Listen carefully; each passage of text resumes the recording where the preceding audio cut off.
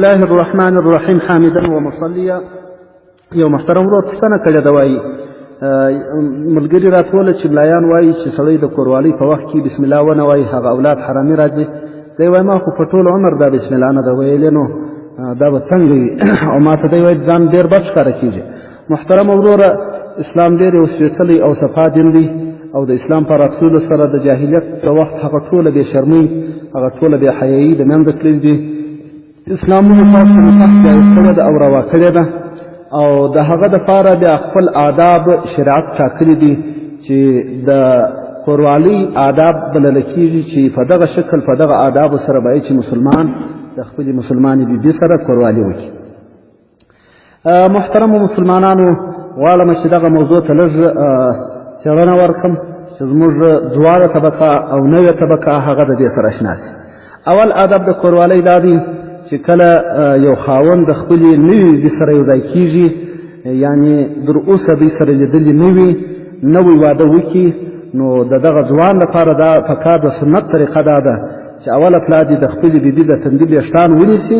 او بیا دې ووایي بسم الله الرحمن الرحیم،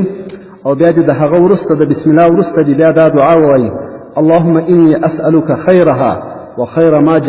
جبلتها عليه وأعوذ بك من شرها وشر ما جبلتها عليه. د دې معنا دا ده چې الله جل جلاله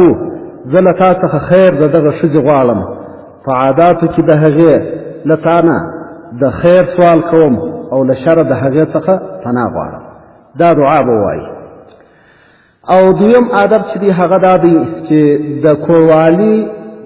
په ابتدا کې په شروع کې به سړی بسم الله وایي. بسم الله ویل ضرور دی، ځکه د بسم الله ډېر برکات دي. بسم الله ډېر برکات لري، ډېرې فواید لري. نو کله چې موږ تاسو کوروالۍ کوو، جماع کوو، د جماعو څخه مخکې چې کله عورت میله سوی، یعنی مخکې شروع د جماعو مخکې بسم الله ویل دا ضرور ده، ځکه د بسم الله ډېر برکات. او د هغه څخه وروسته بیا دا دعا ویل اللهم جنبنا الشیطان وجنب الشیطان ما رزقتنا. الله جل جلاله موږ د شیطان له شره لرې وساته، او شیطان زما د اولاد څخه لرې وساته. یا الله چې ته موږ ته پر دغه جماعو باندې کم په رزق باندې کم اولاد راکوې، شیطان له دې څخه لرې وساته.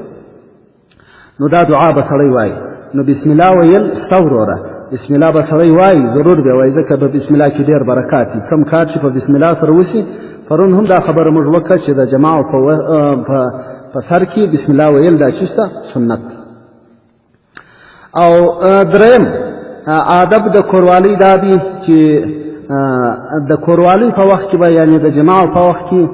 باید سړی ځان پوره لڅ نه کړي، پر ځان په پرده کې خوندي کړي، پر ځان باندې یو پرده واچوي او خپل هغه انساني کرامت وساتي.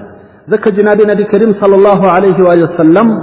فرمایي چې تاسو د حیوان په شکل باندې ځان مه لوڅوئ، لکه حیوان داسې ځان مه ښکاره کوئ. نو په لحاظه د جماع په وخت کې د خپلې کوروالا سره چې سړی کله جماع کوي، په دا وخت کې سړی پوره ځان نه لڅوي، کوشش دې وکړي چې په پرده کې ځان پټ کړي. او دریم څلورم آداب د کوروالۍ دا دی چې د حیض په وخت کې به سړی د خپلې زنانې سره نزدېکت نه کوي، جماع یې به نه کوي، حرام دی. دا رقم د نفاس په وخت کې، نفاس بیا هغه وینه ته ویل کېږي چې هغه د کوچني د پیدا کېدو څخه وروسته راځي. په دا وخت کې به سړی کوروالۍ نه کوي، جماع یې به نه کوي، دا حرام دی په دا وخت کې. دا رقم د حیض په وخت کې. نو په لحاظه محترمو مسلمانانو باید چې موږ دغه الهي لارښوونې ته درشو، ځکه الله جل جلاله په قرآن کې فرمایي ويسألونك عن المحيض قل هو أذى فاعتزلوا النساء في المحيض ولا تقربوهن حتى يطهرن وإذا تطهرن فأتوهن. الله جل جلاله د سورة البقره په 220 نمبر آیت فرمایي چې ای پیغمبره ستا څخه به سوال وکړي د حیض په باره کې، ته ورته ای پیغمبره چې دا ازي فاعتزلوا النساء، په دغه څخه تاسو په دغه وخت کې د ښځو څخه تاسو ګوښه سئ. دغه حیض یو ګندګي ده، یو مرداري ده. په دغه وخت کې تاسو د دې څخه ګوشه سي د دا ښځو ته ولا تقربوهن الله ګوري نهي کړي دي الله وایي مور نږدې کېږي حتی یطهرن تر هغه وخت چې دا ښځه پاکه سوې نه وي فاذا تطهرن چې کله ښځه پاکه سوه فاتوهن الله جل جلاله وایي بیا تاسو ورته راتګ کوئ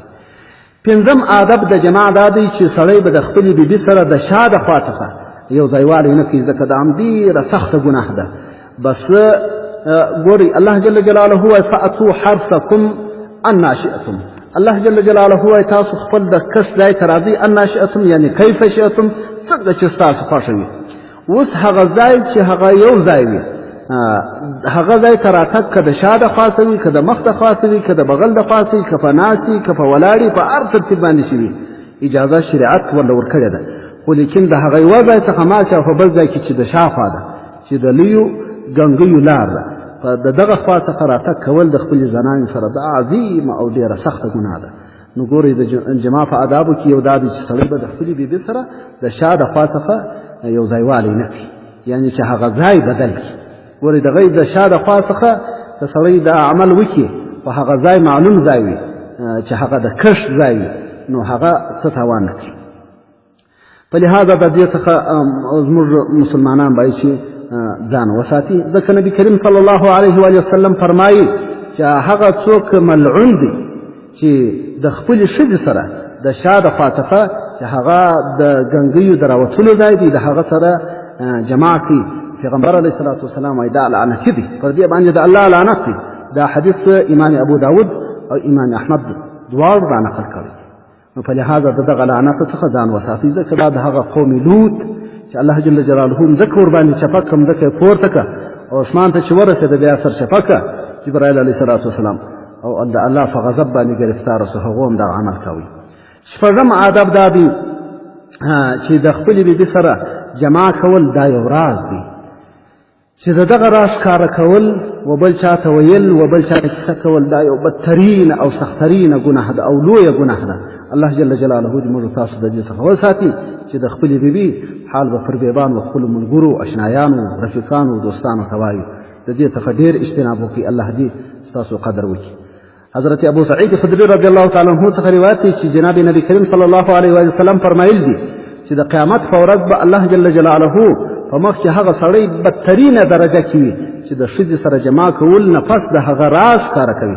امام مسلم دغه روایت را نقل کړی دی والسلام علیکم ورحمة الله وبرکاته